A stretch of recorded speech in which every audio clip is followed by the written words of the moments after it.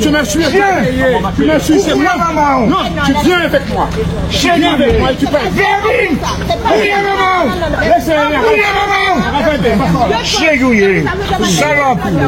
Viens, maman.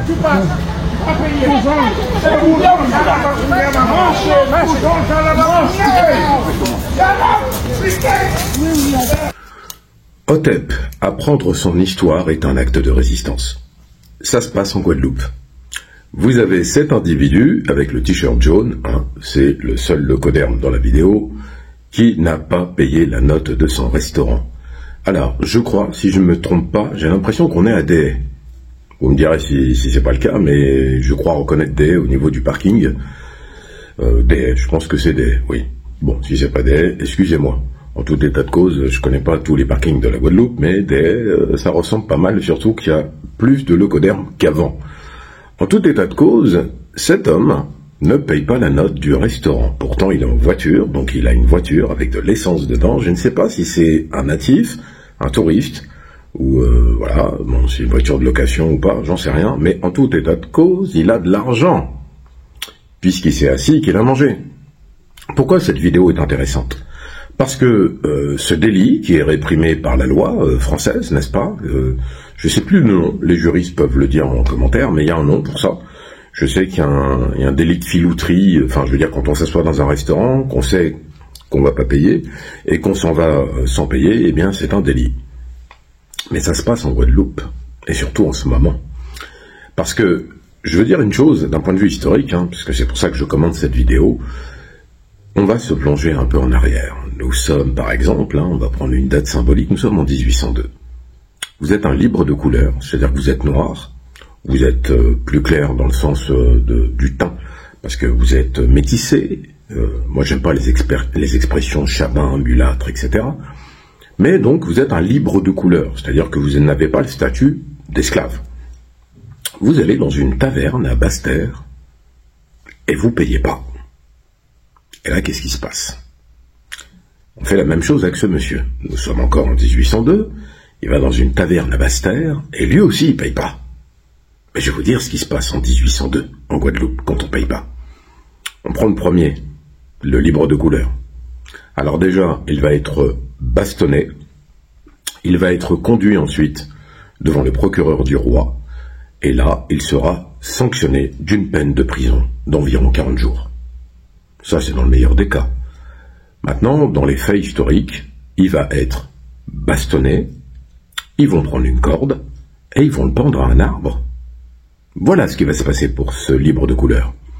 Pour celui-là, là, le coderme, qui lui n'a pas payé, hein, et qui est en 1802 à Basse-Terre, dans la même taverne, eh bien, Pierre ou Martial, le tavernier, va lui dire « Bon, c'est vraiment dommage. Alors, pour la peine, mon cher bonhomme, tu vas travailler cet après-midi à faire la vaisselle. Ou alors tu reviendras t'acquitter de ta dette quand tu le pourras. » Deux poids, deux mesures, en 1802. Maintenant, on est en 2024. On ne pend plus de libre de couleur aux arbres. Il n'y a plus de libre de couleur. Il n'y a que des citoyens français, en théorie. Mais regardez bien, ce que se permet ce monsieur, c'est un acte de colonisateur en filigrane, en vérité.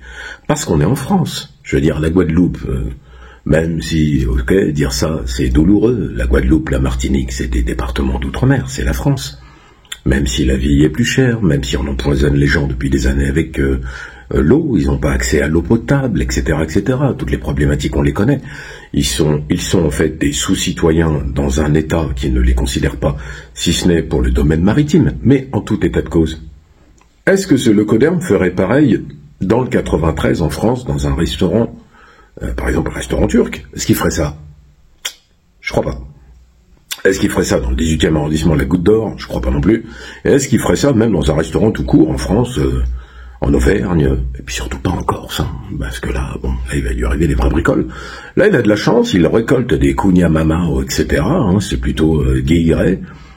Mais après, j'ai pas mis la suite, parce qu'honnêtement, c'est pas intéressant, il se plaint, le gars se plaint, vous verrez la vidéo, vous pouvez la trouver d'ailleurs sur le compte d'Edson, hein, le frère Edson, que je salue au passage, mais le problème, c'est qu'il se plaint. Oui, j'ai 70 ans, qu'est-ce que ça veut dire? Je porte plainte. Il dit, je porte plainte. Hein. Je vous assure, il est à la caisse, je porte plainte. Bon, là je vous vois venir, vous voulez pas aller chercher la vidéo. Vous allez voir ce qu'il va dire. C'est bon. Là, par contre, je vais porter plainte. C'est pas grave. T'as pas à me prendre comme ça. C'est pas grave. J'ai 74 ans. J'ai 74 ans. Je m'en fous. Tu as mangé, tu payes. Alors, vous avez vu, j'ai mis la suite. J'ai 74 ans. Bon, c'est un vieux monsieur. Et il n'a pas honte, il paye pas. Mais notez ceci. Déjà, il tutoie le monsieur, alors que moi, par exemple, si j'étais à sa place, bon, j'aurais payé, mais admettons que j'aurais pas payé, je sais pas, ma carte passe pas, ou j'ai oublié, bon, peu importe, ou je me suis endormi. Mais on vous voit les gens, en fait. Monsieur, écoutez, et puis on s'excuse. On explique. Vous voyez, on arrive et on dit, par exemple, quand on est quelqu'un de normalement constitué, écoutez, monsieur, je rencontre actuellement des difficultés financières, j'étais certain que ma carte bleue allez passer, puisque mon compte est alimenté, mais je crois que c'est le plafond. Vous voyez, je vous montre, voilà. Bon, écoutez, je suis vraiment désolé du désagrément, cela ne se reproduira pas. Je comprends parfaitement que vous soyez un commerçant qui paye des charges, des salariés, qui a payé d'ailleurs la nourriture que j'ai mangée, qui me l'a ensuite vendue. C'est un accord que j'ai accepté de gré à gré en m'asseyant à la table. J'ai fait tout de même un bon repas, puisque vous l'avez remarqué, j'avais tout fini, mais je m'excuse. Et je vais procéder au paiement puisque je viens de trouver une solution en augmentant le plafond de ma carte, et voilà. Bon. Eh ben non. J'ai 74 ans, je porte plainte, t'as pas à m'amener comme ça. Mais mon gars, normalement ils auraient dû te taper. Ils te tapent. T'es pas chez toi. Tu crois que t'es chez toi parce que c'est un département français. T'es pas chez toi. C'est la Guadeloupe, ça appartient aux Guadeloupéens. Leurs ancêtres sont morts. Dans les champs, sur le champ de bataille en 1802, dans les mornes, dans les mangroves, dans la forêt, les nègres marrons, etc., ils ont payé le prix du sang.